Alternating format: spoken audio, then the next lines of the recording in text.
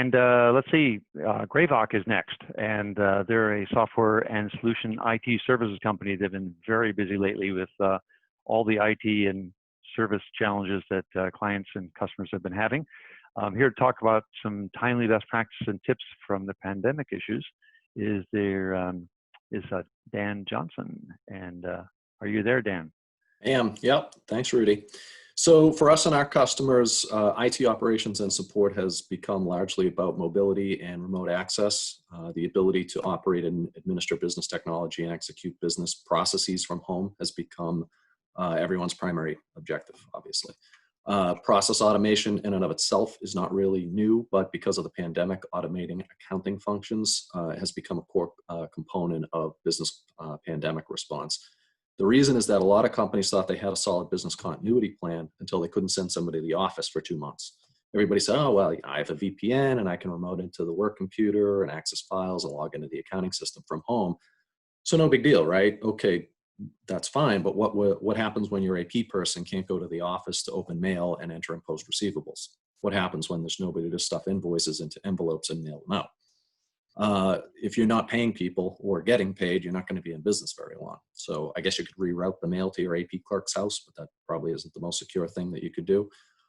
Being in the business of advising customers on business continuity planning and helping them to select and adopt these technologies, we were able to flip the switch pretty quickly because we had those tools in place that allowed us to operate pretty much as usual.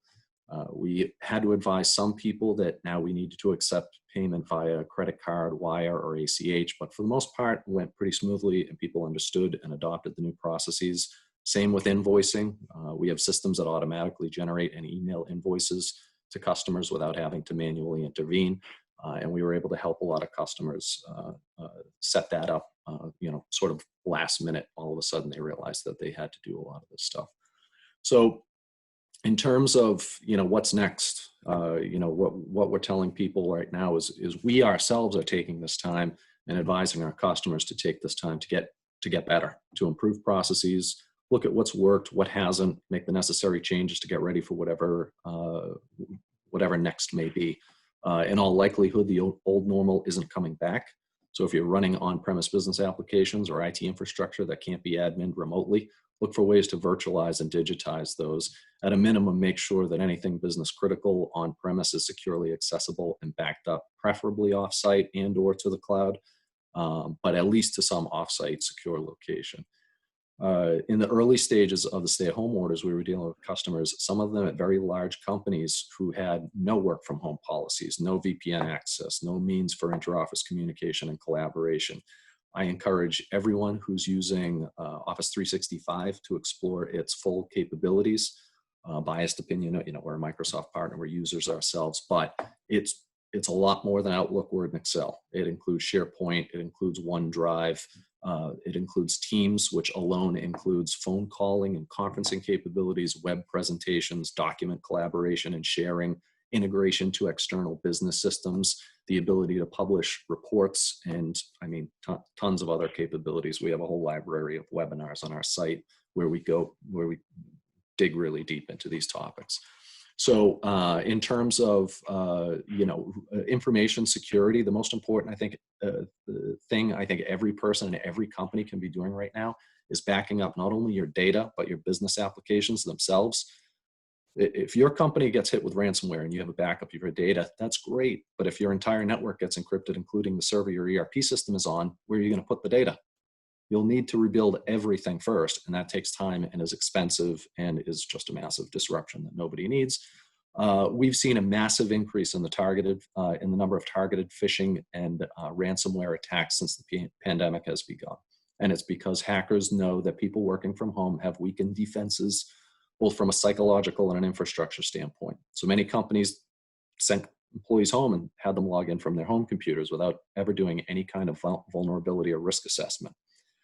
So if your people are using computers running Windows 7 with an antivirus that has outdated definitions, even if they're using a VPN, you're still at risk, because if they click on a link that contains ransomware while connected to your network, guess what gets encrypted after their computer? So to recap, make sure people are using secure means of access when you might even consider implementing something like a multi-factor authentication so that when they log in, they get a code that they then have to enter that code in order to access critical business systems. Make sure their antivirus is up to date, and make sure that they're running a currently supported operating system that has, that's supported by the vendor, so that, they're getting security patches and bug fixes and updates and things like that. And that's it. That's all I got for you. Well, thank you, Dan. It sounds like, well, we only had about 3% of the audience that thought cyber threats were a risk, but it sounds like it's not going to go away, and it is getting worse. Sadly true, yes. And that's going to continue as long as we have people working from home, right? It's going to continue regardless. It's $1 billion industry. So unfortunately, the bad guys are going to keep on finding new and inventive ways to try to sneak in the back door.